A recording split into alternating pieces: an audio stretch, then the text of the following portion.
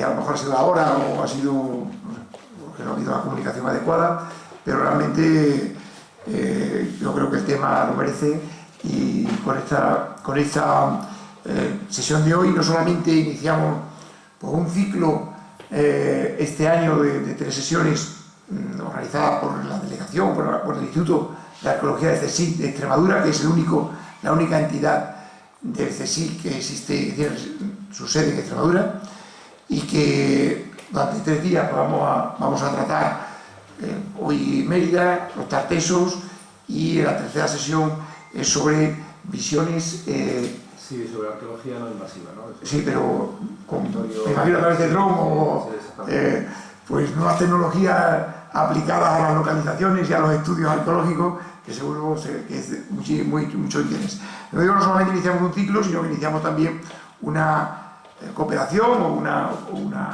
colaboración con una institución que antes se lo comentaba, para mí era desconocida que existiese en Extremadura, y por tanto pues nos ha abierto, ¿no?, a la económica también una vía de algo de colaboración con una institución de tan importante rango, prestigio y posibilidades de hacer cosas en común.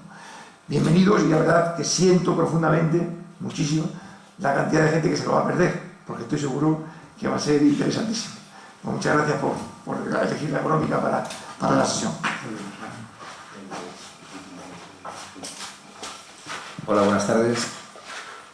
Bueno, pues además de todo el público que nos está escuchando, nuestra intención era crear un ciclo del Consejo Superior de Investigaciones Científicas, el único, como se decía antes, ¿no?, el único instituto que existe en Extremadura, de arqueología, porque se eligió un instituto que tuviera una fuerte raíz cultural en la región. En este caso era la arqueología por la ciudad de Mérida, y en Mérida donde está esta sede.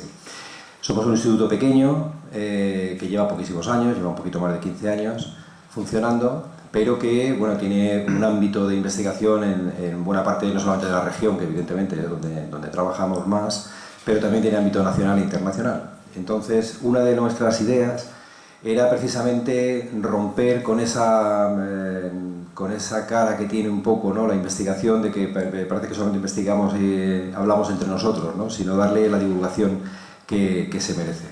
Y esa es una iniciativa del Consejo Superior de Investigaciones Científicas, que invitaba a todos los institutos del Consejo que hay en España, que somos 120 aproximadamente, a que divulgáramos un poco la investigación que hacíamos, ¿no?, llevarla un poco a que todo el mundo la conozca, que sepa en qué trabajamos y que se familiaricen también un poco con estas instituciones.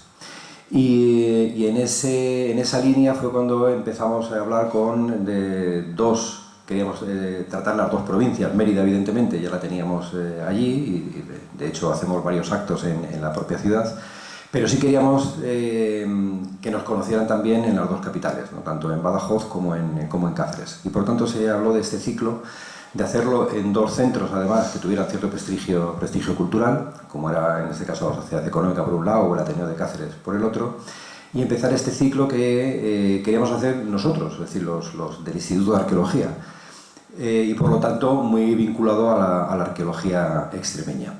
Con otros ciclos, veremos cómo se puede articular todo ello. La idea es seguir con estos ciclos durante otros años, pero ya no hacerlo nosotros, sino hacerlo colegas del Consejo Superior de Investigación Científica que toquen otro tipo de temas que van desde la física, la química, la bioquímica, la astrofísica o cualquier otro tema que se toque, ¿no?, en estos institutos. Por lo tanto, esa era nuestra idea. Hemos comenzado por Badajoz. Esta es la primera conferencia que se va a impartir. Yo tengo que agradecer muchísimo a quien nos habla hoy, que es mi compañero Pedro Mateos, que es investigador científico del Consejo Superior de Investigaciones Científicas, que le ha venido la conferencia, además, caída del cielo, porque no era él el que la iba a dar, y sin embargo ha cogido el guante, ¿no?, por un problema de cambio de persona, ¿no?, que iba a impartir. Y dio un tema que yo creo que es de lo más interesante, que es conocer un poco, porque muchas veces hablamos de Mérida, de la capital y de todo lo que se conoce de ella, pero muchas veces tampoco conocemos las tripas de la propia ciudad, cómo se ha ido desarrollando una ciudad que hoy es la capital de Extremadura, pero que todo el mundo sabe que el referente de Mérida es siempre su monumentalidad, ¿no? Y por lo tanto, bueno, pues es lo que nos va a repasar hoy, ¿no? A dar una charla sobre esa ciudad. Una persona, además, Pedro, que está no solamente vinculado a Mérida porque él sí que sea de Mérida, ¿no? Sino porque además ha sido gerente del consorcio de la ciudad de Mérida y director científico de la misma, con lo cual no es que conozca sus monumentos, sino que ha estado pegado a ellos, ¿no? Excavando, ha sido también director de las excavaciones de Mérida, y eso le da una capacidad de discernir, ¿no? Sobre la ciudad que es pues bastante importante, ¿no? Por lo tanto, yo les dejo con él y muchas gracias por su atención.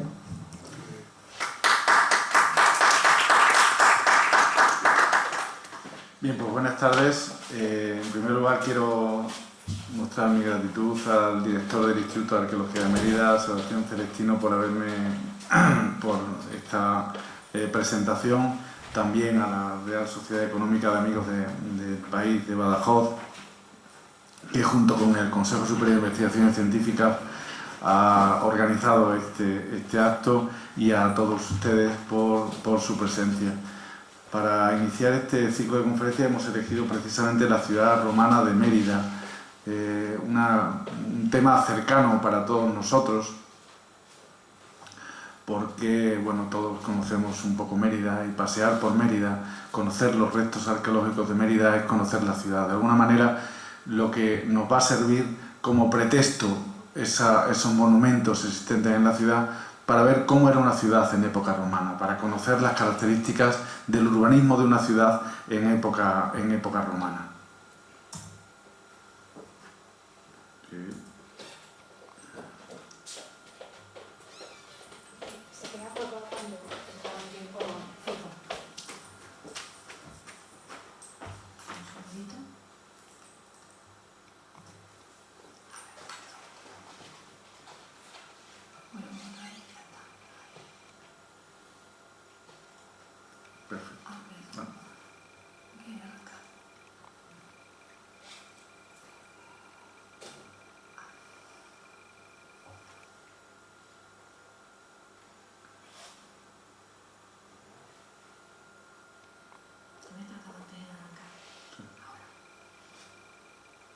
Perfecto. Mérida, como les decía, es una ciudad superpuesta a un yacimiento arqueológico, y eso le confiere una serie de características que son propias, innatas a esa ciudad. De un lado, en Mérida se puede conocer, como decía anteriormente, todas las estructuras, todos los edificios que configurarían una ciudad en época romana, cómo era la ciudad en época romana. Hay otra segunda característica como ciudad histórica propiamente, que es que no solamente se puede conocer cómo era la ciudad de época romana, sino también, de un modo diacrónico, cómo ha ido evolucionando el urbanismo a lo largo de los siglos. Y conocemos bien cómo era la ciudad visigoda, y la islámica, y la medieval, y la ciudad moderna y contemporánea. Y una tercera característica que quería apuntar es cómo ese yacimiento arqueológico urbano, cada día son continuas las excavaciones arqueológicas que se producen. Y esas continuas excavaciones da como resultado la aparición de restos arqueológicos que en alguna manera refutan, algunas veces refutan y otras veces confirman las hipótesis que estamos barajando sobre esa ciudad. De alguna manera lo que genera es mayor conocimiento, y eso es de lo que se trata, de conocer cada vez mejor la ciudad. Hay que tener en cuenta que la ciudad romana de Mérida es hoy por hoy el yacimiento arqueológico urbano mejor conocido del país. Y para ese conocimiento ha sido fundamental la creación de estas tres instituciones arqueológicas que existen en la ciudad. Por una parte, el Consorcio de la Ciudad Monumental de Mérida, el Museo Nacional de Arte Romano y el Instituto de Arqueología de Mérida. El consorcio es el órgano encargado de la gestión del yacimiento arqueológico. Realiza las excavaciones arqueológicas que diariamente deben de llevarse a cabo como consecuencia de la construcción, de la ejecución de construcciones en la ciudad, y por otra parte también lleva a cabo la conservación de los recintos monumentales, de los distintos restos arqueológicos que aparecen en esas excavaciones. El Museo Nacional de Arte Romano, por todos conocidos, alberga en ese edificio una gran colección, y su función es fundamentalmente la difusión de esa colección en el contexto del yacimiento arqueológico. Y el Instituto de Arqueología es un centro, como saben, de investigación del Consejo Superior de Investigaciones Científicas y por tanto posee un carácter nacional y su investigación posee un carácter nacional e internacional. Lógicamente se encuentra anclado en un territorio como es Extremadura y afincado en la ciudad de Mérida. Y en Mérida hemos desarrollado numerosos proyectos de investigación, fundamentalmente en lo que se refiere al mundo romano, centrados en 3 grandes complejos monumentales. El primero, el conjunto provincial de culto imperial, es un santuario urbano que tenía como función el culto al emperador en la provincia, por parte de la provincia. El foro romano, el lugar donde están los edificios más representativos desde el punto de vista religioso, económico, político, administrativo. Y, lógicamente, también hemos desarrollado un proyecto de investigación en el Teatro Romano y el Teatro y Anfiteatro Romanos de Mérida, unos edificios, lógicamente, emblemáticos, descubiertos, recuperados a principios del siglo XX, hacia 1910, y que coincidiendo con el centenario, hemos llevado a cabo un proyecto de investigación donde hemos intentado redefinir las características concretas de esos edificios. Decía antes que recorrer Mérida es conocer cómo era una ciudad en época romana, y eso es lo que vamos a tratar de hacer en los próximos minutos.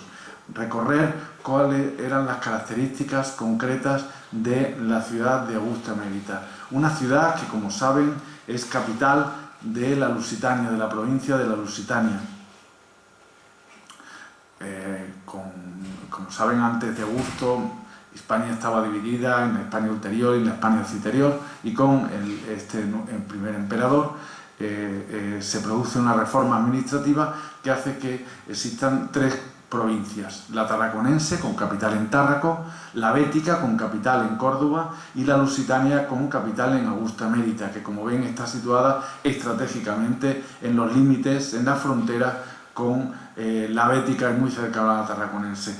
Estaba en una buena tierra, con una buena tierra de labor, efectivamente tierra que era repartida a los colonos, a los veteranos de las guerras cántabras, que son los que van a fundar la ciudad en el 25 a.C., y esa tierra va a ser fundamental para el cuidado de la agricultura.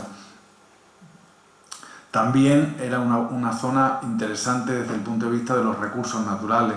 No obstante, los primeros edificios se construirán con sillares realizados en granito, localizados en las canteras cercanas a la ciudad, y lógicamente era importante para su situación la cercanía del agua, la existencia de agua.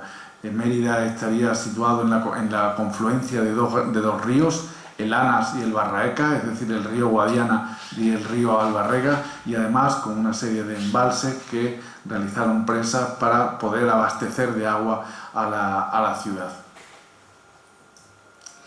Pero claro, una ciudad no es algo perenne, sino que se encuentra en continua evolución. Cuando tratamos de valorar una ciudad histórica, no podemos plantearla, describirla como una foto fija, como un cuadro recién acabado, sino que se trata más bien de un proceso evolutivo, con sus modificaciones, sus transformaciones. Si a nosotros nos dijeran, por ejemplo, ¿cómo es Badajoz? Pues Badajoz es una ciudad de 150.000 habitantes, con una arteria principal que vertebra la ciudad, con un río, puentes, muchas rotondas, etcétera, etcétera. Y hacemos una foto fija. En la ciudad histórica no podemos decir eso.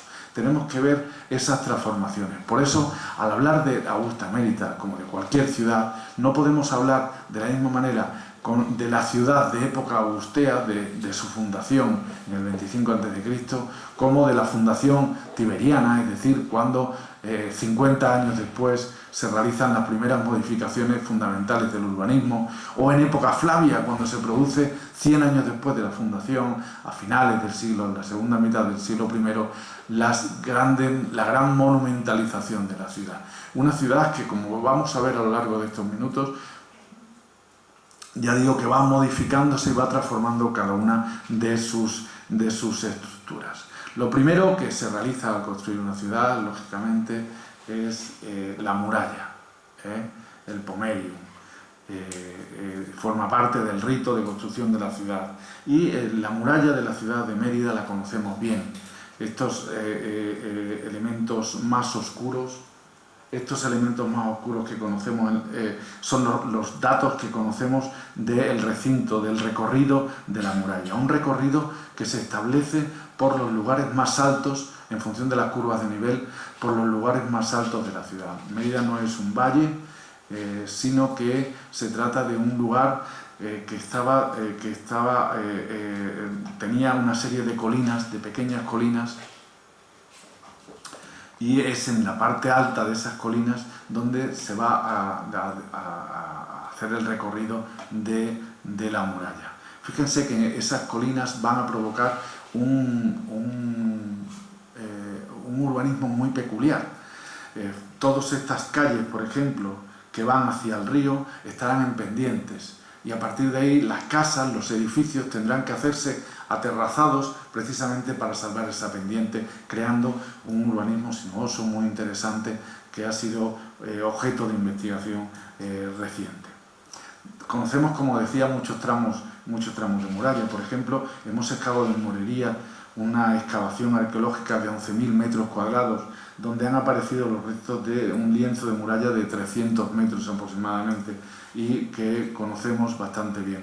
También en la Alcazaba, en el interior de la Alcazaba, aparecieron los restos de esa muralla, una muralla que tendría aproximadamente 3 metros de anchura y 8 o 9 metros de altura, realizada con mampuestos, con pequeñas piedras unidas con cal. No me refiero a esta otra muralla, realizada con sillares de granito, pero que forma parte de una reforma que se realizó en el siglo V, cuando las primeras invasiones de suevos, vándalos y alanos. Estos sillares se reutilizan de edificios públicos que ya en el siglo V, edificios públicos romanos, que ya en el siglo V estaban todos abandonados. Quizá una de las zonas más interesantes es esta que vemos aquí, de la muralla, porque desconocemos si realmente en época augustea, cuando se funda la ciudad, existía este tramo de muralla o no. Probablemente pertenecería a un momento posterior. Aquí vemos cómo se ve la muralla y cómo el anfiteatro se adosa, pero ese es el primer dato que necesitamos. Este anfiteatro no se corresponde con el anfiteatro que se construyó en época augustea, sino con una reforma posterior de época Flavia. Por tanto, siguiendo la diacronía de la muralla, tendríamos la construcción del anfiteatro de época augustea, de la fundación de la ciudad, mucho más pequeño, la construcción de la muralla y después, adosado a la muralla, la construcción de ese nuevo anfiteatro en época Flavia, a finales del siglo I después de Cristo. Conocemos también algunas de las puertas existentes en la ciudad.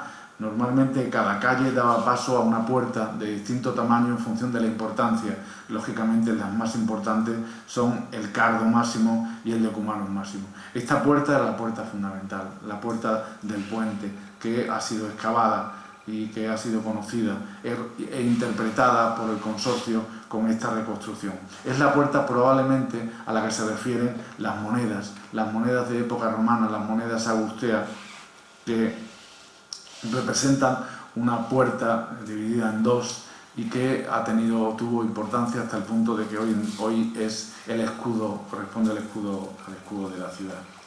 Otro de los elementos importantes dentro de una ciudad de época romana y concretamente de Augusta Mérida son el viario, la trama urbana, la trama viaria, las calles que, como ven, están todas articuladas en función de carácter ortogonal y como si fuera un damero de ajedrez.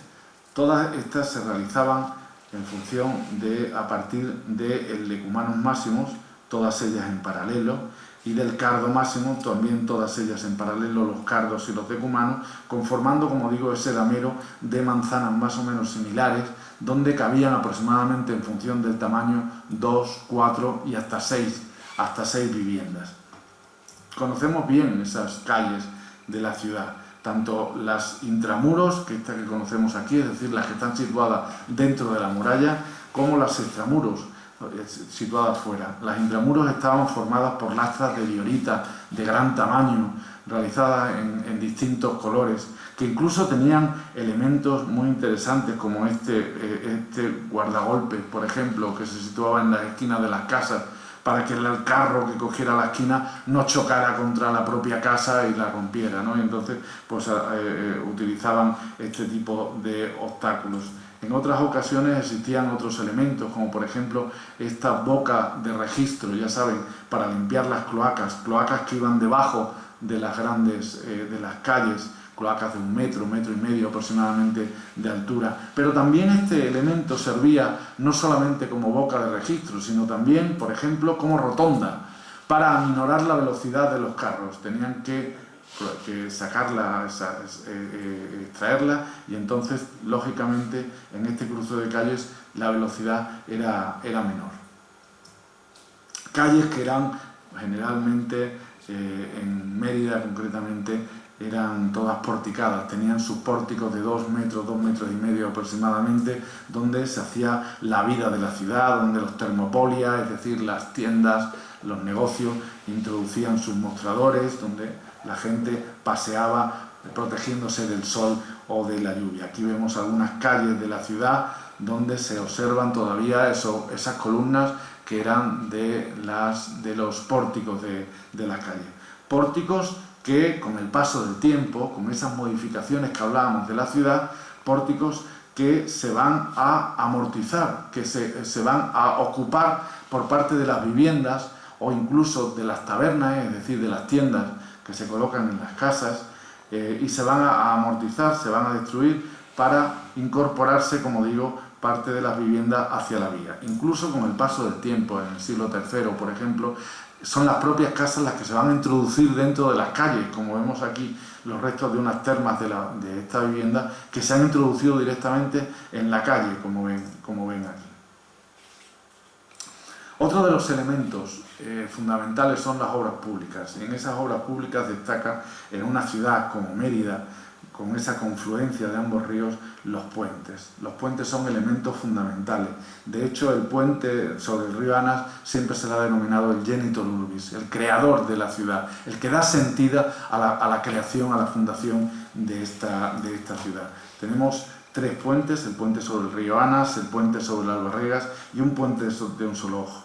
Y un elemento muy interesante como es el dique de contención de aguas. Esta es una reconstrucción del puente romano y de su tajamar, que además de cumplir una función hidráulica, de ingeniería, de apoyo, de defensa de los arcos principales centrales, además también hay algunos investigadores que piensan que podría ser un foro comercial, un lugar de encuentro, un puerto fluvial, en un río que, como ya saben, no era navegable hasta el mar, pero sí en el interior, en algunos tramos, y podían fortalecer esa idea del comercio entre ciudades, por ejemplo, entre Medellín y Augusta Mérida, por ejemplo, ¿no?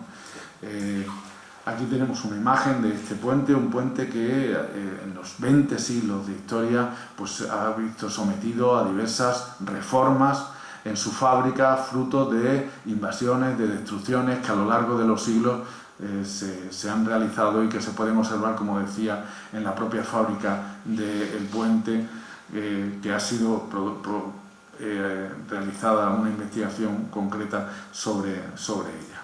Y el dique es un elemento único en el Imperio Romano, el dique de contención de aguas, sobre el que servirá de cimentación para la colocación de los muros de la Alcazaba en época islámica, hacia el año 835.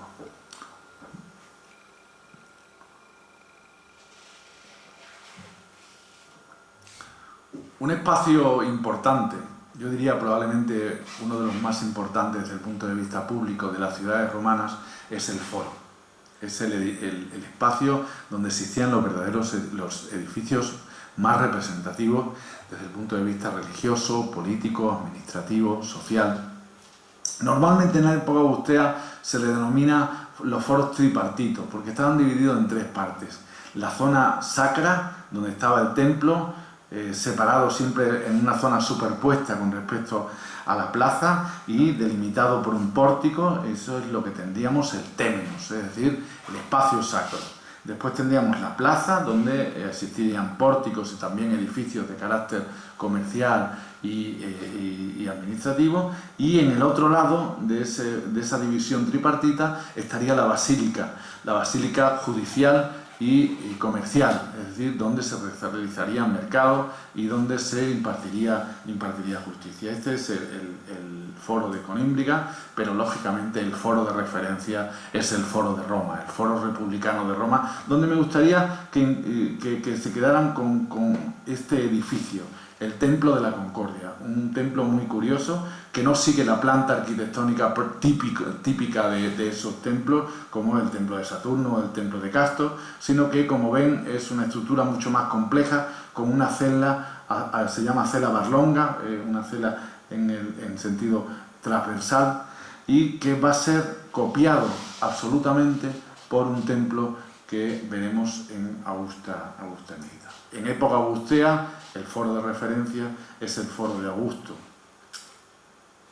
Dentro de estas plazas anexionadas, de esta unión de plazas de las que luego hablaremos, que conforman los foros imperiales. El foro de Augusto, en el que estaba el templo de Mars Ultor, con una vida especial, es el punto de encuentro, el punto de reunión de toda la sociedad romana. En Mérida conocemos dónde estaba situado el foro, fíjense, en el punto fundamental de la ciudad, entre el Decumanus Maximus y el Cardo Máximo. En esa esquina es donde se encontraba el foro, que tenía en época augustea, es decir, en la fundación de la ciudad, una plaza de la que conocemos sobre todo la cabecera y otra plaza donde conocemos también algunos de esos edificios. Fíjense la situación del foro, de esa cabecera que estaba presidido por el llamado Templo de Diana, dedicado a Roma y a Augusto, fundado hacia el cambio de era aproximadamente. Estaba delimitado su témenos, su lugar sacro, por un pórtico. Ese templo de Diana estaba construido mediante sillares de granito. La ciudad augustea, la ciudad que fundaron los veteranos, es una ciudad construida con bloques de granito, estucado en algunos casos. Todos los edificios públicos, el teatro, el puente, este templo y tantos otros edificios estaban construidos en granito, probablemente extraídos de las canteras cercanas a la ciudad. Esta es la reconstrucción que hemos hecho del templo de Diana, de su témenos, del lugar del pórtico que estaba delimitando la plaza, y esa tribuna donde se producirían lógicamente los discursos. Y está otro espacio también dentro del foro de la colonia, que estaría formado por una Schola Juvenum, es decir, un lugar donde se reunían los jóvenes privilegiados, aristócratas, como elemento de representación, y también un templo denominado de la calle Viñeros, porque es la calle donde apareció. Aquí vemos la Schola Juvenum, y ese templo que guarda una similitud en su planta muy grande con el templo de Tibo Julio del foro romano. También en una ciudad romana es importante los edificios de espectáculo, los que ahora se denominan de ocio y representación. Y en época augustea, en la ciudad romana, en la ciudad Augusta Emerita, existía el teatro y el anfiteatro. Sabemos que estaban construidos el teatro en el año 15 a.C. y el anfiteatro en el 8 a.C., gracias a las inscripciones que se han conservado, dedicatorias de ese momento de la fundación. Pero claro, este teatro y este anfiteatro no es el que nosotros conocemos ahora, no se conservaron. Sabemos, eso sí, que la cavea, el graderío del teatro de época augustea, realizado con sillares de granito, sí se conservó posteriormente. Pero el frente escénico actual corresponde a una reforma de época Flavia, del momento de la monumentalización de la ciudad, esta vez ya construido en mármol. el peristilo en esa época no existía. De la misma manera que el anfiteatro era distinto, de menor tamaño, este anfiteatro que conocemos hoy es de época también, Flavia, es decir, 100 años después de la fundación de la ciudad. Y todos estos datos los conocemos gracias a un proyecto de investigación que hemos desarrollado en la ciudad, en el teatro, 100 años después de su hallazgo, cuando en 1910 fue descubierto por José Ramón Mélida y Maximiliano Macías. Bien, poco a poco hemos ido conociendo las características fundamentales de este teatro y de este anfiteatro. El teatro ha sido analizado recientemente en una tesis doctoral, donde se percibe cómo se produjo la recuperación arquitectónica del teatro hasta llegar a la imagen icónica que hoy tenemos. Estas son las excavaciones de 1910, donde aparecieron in situ el podio del teatro, pero todo el material de decoración arquitectónica, los órdenes arquitectónicos que hoy conocemos, aparecieron tirados y se recuperó en 1920-26, se recuperó el primer orden arquitectónica por parte del arquitecto Gómez Millán, que fue recuperando, como digo, ese primer orden arquitectónico del teatro hasta verlo, hasta descubrirlo de esa manera. En los años 40 Félix Hernández continuó, ese arquitecto continuó también su restauración con el muro de cierre de la Columnatio, pero será lógicamente Menéndez Pidal el que en los años 60 pues finalizó la reconstrucción del segundo orden arquitectónico y con esa obra, pues esa imagen, como decía, icónica que tenemos sobre el teatro. Aquí tenemos las fases del levantamiento del frente escénico del Teatro Romano, desde la excavación del podio y las restituciones tanto de Gómez Millán como de Félix Hernández como de Menéndez Pidal. ¿Qué sabemos de ese teatro de época augustea, del primer teatro que construyeron, que gracias a la inscripción sabemos que se fechó en el año 15 a.C., muy poquito después de la fundación? Bien, pues conocemos la cavea, el graderío, pero del frente escénico conocemos pocas cosas. Bueno, tampoco tan pocas cosas. Conocemos probablemente el material de decoración arquitectónica, los fustes, los capiteles, el entablamento que tenía y que se reutilizó en otro edificio, en el peristilo, en la porticus post-escaena, en el pórtico de detrás de la escena, en un momento posterior. Vemos aquí algunos de los capiteles, precisamente muy similares a los capiteles que también hallamos en el Teatro Romano de Medellín, en el Teatro Augusteo de Medellín. Por tanto, conocemos ese orden arquitectónico del primer frente escénico de la época augustea, conocemos también las inscripciones y conocemos también parte de la decoración, del programa iconográfico, de las esculturas que decoraban ese frente escénico, como por ejemplo esta estatua de Cayo César o esta estatua Hufmantel de un emperador divinizado, concretamente Claudio, o estas toracatas, estas armaduras, emperadores como este de Domiciano, representados en estas esculturas. Un elemento fundamental de cualquier ciudad romana, y también en Augusta Mérida conocemos muchos ejemplos, es el de la vivienda. Una vivienda como esta de carácter señorial, y las había también más pobres. Viviendas señoriales que normalmente tenían un elemento fundamental, que es este espacio, este patio porticado, que funcionaba como distribuidor de espacios del resto de estancias como el tablinum, por ejemplo, la habitación principal, el salón, podemos decir, el triclinium donde servía de comedor, los cubículos donde dormía el personal de la familia, la cocina, y todo eso distribuido dentro de este peristilo. También en algunas casas existían algunas tabernas que estaban vinculadas, relacionadas con la casa y que eran negocios probablemente familiares. En Mérida conocemos muchos ejemplos de estas casas, de estas viviendas señoriales, algunas de fuera de la ciudad, por ejemplo, del siglo I conocemos esta casa del anfiteatro que vemos aquí con estas estancias, la casa del Mitreo con unos mosaicos y pinturas que decoraban las paredes impresionantes. Este mosaico es uno de los mosaicos más importantes del Imperio Romano, el mosaico cosmogónico, o esta vivienda del siglo III o IV que se excavó en el área arqueológica de Morería, también este peristilo que sirve de distribución a todos los espacios, a todas las estancias.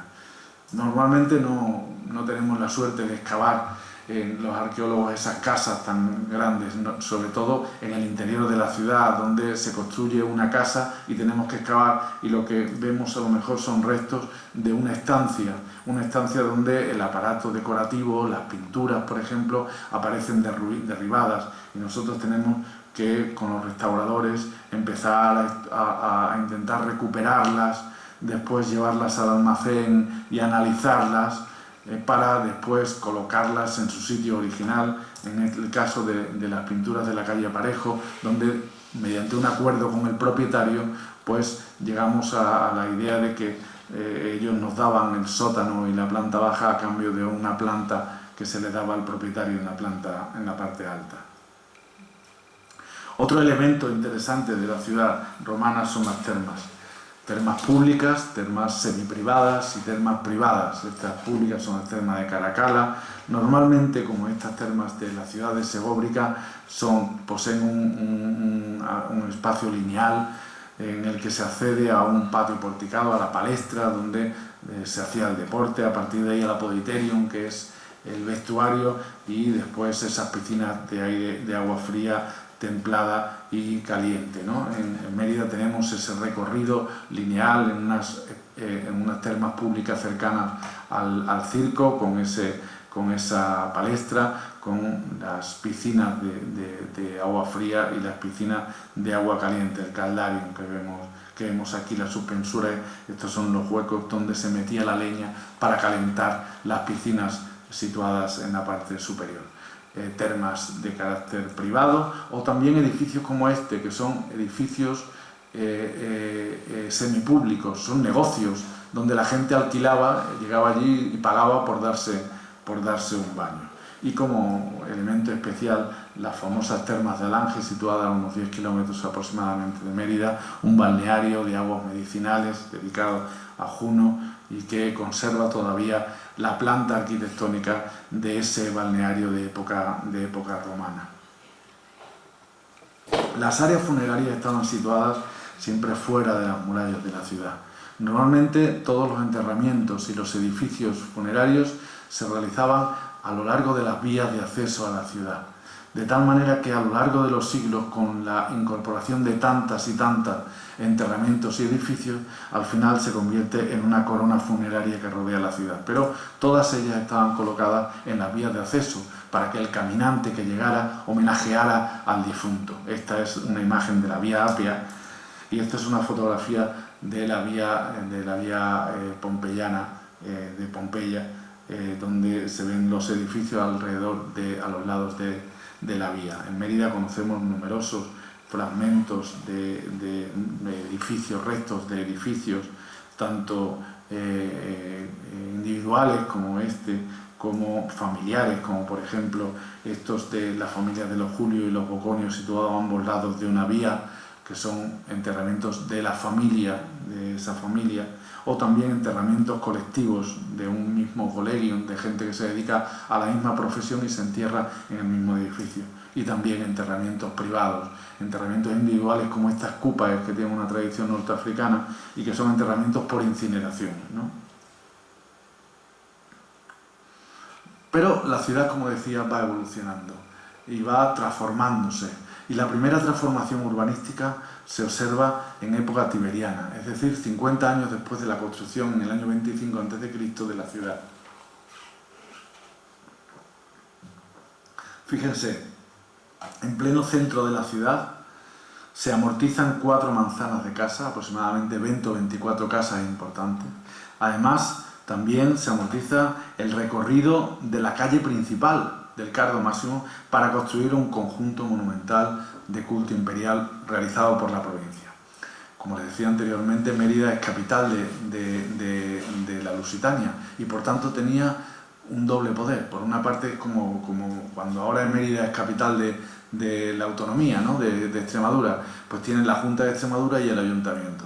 Pues en esa época Mérida tenía el poder provincial y también el poder local. Y el poder provincial se situaba en este conjunto que realiza, como digo, la provincia para dar culto al emperador. Un edificio que poseía una planta determinada a la que se accedía a través del llamado Arco de Trajano, aunque estamos en época de Tiberio, pero se le denomina Arco de Trajano, a la que se accede a una plaza presidida por un templo, que le sonará a la planta, es el mismo templo, es la misma planta que el Templo de la Concordia del Foro de Roma. Aquí vemos el Arco de Trajano, que estaría marmorizado desde el inicio, se ha procedido a su estudio hasta llegar a la conclusión de su fisonomía original, que es esta que vemos aquí, con ese gran arco de 15 metros de alto, que realmente es un marco de representación. Es como un cuadro, como el marco de un cuadro que está representando el edificio principal, que es el templo. Un templo del que conocemos parte de su arquitectura, situado en la llamada calle Holguín, y que lo que conocemos es el podium del edificio que estaría situado encima, y que se ha reconstruido, como digo, con esta planta Acela Barlonga, que es muy similar, es una copia exacta del Templo de la Concordia que en su día restauró Tiberio en el Foro Romano. Ellos, al hacer un conjunto provincial de culto al emperador en época de Tiberio, dicen: ¿cuál sería el edificio que podríamos honrar a nuestro emperador en ese momento? Pues el Templo de la Concordia. Y hacen una copia exacta del templo de la Concordia que vemos aquí, con una reconstrucción ideal de cómo sería la imagen de ese edificio dentro del complejo monumental de culto imperial tan importante en esa ciudad que ha provocado una reforma tan grande, ¿no? Pero sin duda la modificación fundamental de la ciudad, la reforma fundamental, se produce con la marmorización, con la monumentalización de la ciudad en época Flavia, es decir, en los años 70, 80 después de Cristo, 100 años después de la construcción, cuando se produce la marmorización, como les decía, de la ciudad. Una ciudad que siempre había sido de granito, de pronto se transforma en una ciudad de mármol, como la ciudad de Roma. Le llamaban simulacra Romae, espejo de Roma, Y entonces vemos cómo se monumentalizan los principales edificios públicos de la ciudad, concretamente el foro, el teatro y el anfiteatro, y se construye también el circo. Ese foro que ya conocíamos, la cabecera y esta planta en la zona occidental. Ahora también vamos a conocer las características de los edificios de la plaza central, así como una nueva plataforma que, como ven, es un santuario similar a este, con un templo en el centro, dedicado esta vez al divo Vespasiano. Esta es la plaza central, y ahí vamos a centrarnos en dos edificios fundamentales: la curia, es decir, donde se reunía el Senado, donde se reunían la magistratura, las autoridades locales, y la basílica. Esa curia ha sido excavada hace algunos años en ese punto, situado en la esquina contraria al templo de Diana y muy cercana a la basílica. Aquí vemos una reconstrucción ideal de cómo sería esa curia en ese momento, y aquí la basílica, de la que hemos encontrado pequeños restos, pero que nos han servido para definir la planta arquitectónica de ese edificio. Y la plataforma oriental, que es, los que hayan estado en Mérida seguro que lo conocen, ese pórtico del foro que estaba aquí en esta esquina, y afortunadamente hemos podido documentar parte del otro pórtico, y en el centro, en la plaza, el templo dedicado a Vespasiano. Este es el pórtico, y aquí los restos de un templo que se encuentran todavía debajo de tierra. De tal manera que al final, pues, se conforma un espacio, una anexión de plazas también, de tres plazas superpuestas unas a otras, de la misma manera que en el resto de las capitales provinciales, de Tárraco y de Córdoba, de la capital de Tarragona, de la tarraconense y de la bética. Esta sería una reconstrucción ideal del volumen del foro. Este sería estas tres plazas superpuestas en Tarragona, y también se observa en la planta arquitectónica de Córdoba esas tres plantas superpuestas que conforman ese foro a imagen y semejanza de los foros imperiales, que, como ven, se trata de la unión de diversas plazas, de espacios de representación realizado por cada uno de los emperadores, de Julio César, de Augusto, el foro del Apache, de Nerva, el foro de Trajano, etcétera, etcétera, ¿no? Y el teatro y el anfiteatro esta vez ya sí monumentalizado, como les decía. Mientras que reutilizan y reaprovechan la cavia de granito del teatro de época augustea, del primero que realizaron, realizan un nuevo frente escénico, esta vez marmorizado, que es el que se conserva en la actualidad. Se construye un anfiteatro, que es el que podemos observar ahora, y también ese peristilo, ese pórtico detrás de la escena. Aquí vemos algunas imágenes de representación de ese teatro, del peristilo y del anfiteatro. Aquí vemos la imagen del teatro con las 3 puertas de acceso, la valva regia y las valvas hospitales, ese doble orden arquitectónico, las puertas del Parasquenia, esa entrada, aquí estaban las tribunas con las autoridades, aquí estaba ese murus pulpiti se le llama, que tenía unas exedras semicirculares y cuadrangulares donde había fuentes probablemente de agua, y aquí la orquesta con el coro, la proedria, que sería donde se colocaban las sillas donde se sentaban los magistrados, y a partir de aquí la cavia, esa cavia dividida en 3, cavia ima, media y suma, en función del registro social de cada uno de las personas que estaban allí. En la cavia ima, en el centro, estaría un sacrario dedicado a Trajano que todavía se conserva. Aquí vemos esa reconstrucción ideal del sacrarium, con las estatuas, las inscripciones y los pedestales que existirían dentro del sacrario. El anfiteatro, con esas 2 puertas principales, la Triunfalis y la Pompae, que eran las puertas donde pasaba la procesión que venía del foro donde estaban los gladiadores y todos los participantes en ese espectáculo, la puerta de las autoridades, y en el otro lado es una tribuna para los organizadores de los juegos. A partir de aquí, esa cavia ima, media y la suma, que todavía no se conserva. Vemos algunas imágenes del anfiteatro. Aquí vemos también estas cuevas, donde hay algunos autores que afirman que podían ser para las fieras, para situar las fieras, y en otros opinan que serían oratorios para la diosa Némesis, para orar a la diosa Némesis. Y aquí esta fosa arenaria que estaría cubierta por un suelo de madera donde existiría la tramoya. Esta es la tribuna que vemos aquí, una tribuna que estaría decorada, y toda el podium, que estaría también decorado con una serie de pinturas que hemos hallado, que se han hallado en las excavaciones del anfiteatro, pues con decoración de escenas de caza, alguna idea, reconstrucción del anfiteatro como era, tanto en el interior como en el exterior, con esas 3 espacios, la cavia ima, media y suma, donde se organizaban en función de la distribución social los espectadores. Y ese peristilo, con un elemento fundamental, que es esta línea. Aquí vemos una imagen, y este eje transversal, que va a ser fundamental, donde estaría la valva regia, la puerta principal del frente escénico, el pozo, y este aula, un aula de representación donde aparecieron las estatuas del emperador Augusto, de Tiberio y de Druso, es decir, de la familia imperial, que se trata de un espacio de representación de esa familia imperial de época augustea. Y el circo, también construido en ese momento, un circo que destaca por sus dimensiones, 30.000 personas cabían aproximadamente, situado en las afueras, que no solamente servía para las carreras de caballos, sino que también tenía un aspecto de carácter comercial.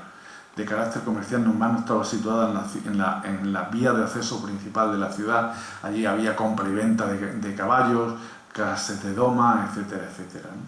Aquí vemos algunas imágenes de los 2 elementos fundamentales del circo, las cárceles y la espina sobre la que se daba vuelta en las carreras. Aquí vemos una reconstrucción ideal en SketchUp del circo en ese momento. y vamos finalizando con esas reformas que se produjeron en esa época Flavia, por ejemplo, los acueductos fundamentales para abastecer de agua a la ciudad. Aquí vemos el recorrido que tendría el acueducto de los Milagros, nacido del pantano de Proserpina, de la presa de Proserpina, cómo va recorriendo, siguiendo las curvas de nivel, con una pendiente siempre uniforme, cómo va subterráneo, hasta que para salvar el Valle de la Albarrega es necesario la realización de estas arcuaciones sobre las que se llega a la ciudad, y en la ciudad llega a un castellum aquae, que es el que distribuye el agua por los distintos espacios públicos, las fuentes, etc., ¿no? Aquí vemos la presa de Proserpina, la conducción, las arcuaciones y el castellum aquae al que se accede. En medio existirían esas piscinas limarias que son realmente son espacios de decantación de la suciedad del agua que iba acarreando para que llegara pura a la ciudad. Aquí vemos